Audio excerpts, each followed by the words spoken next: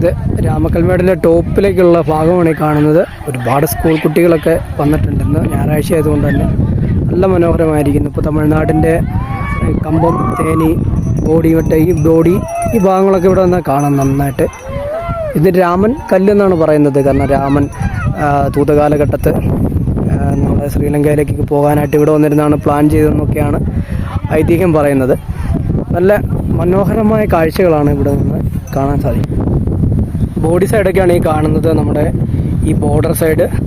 ഇനി ഇങ്ങനെ നേരെ നോക്കുകയാണെങ്കിൽ നമ്മുടെ കുറുവത്തിനെയൊക്കെ നമുക്ക് അടിപൊളിയായിട്ട് ഇവിടെ വന്നാൽ കാണാം കേട്ടോ.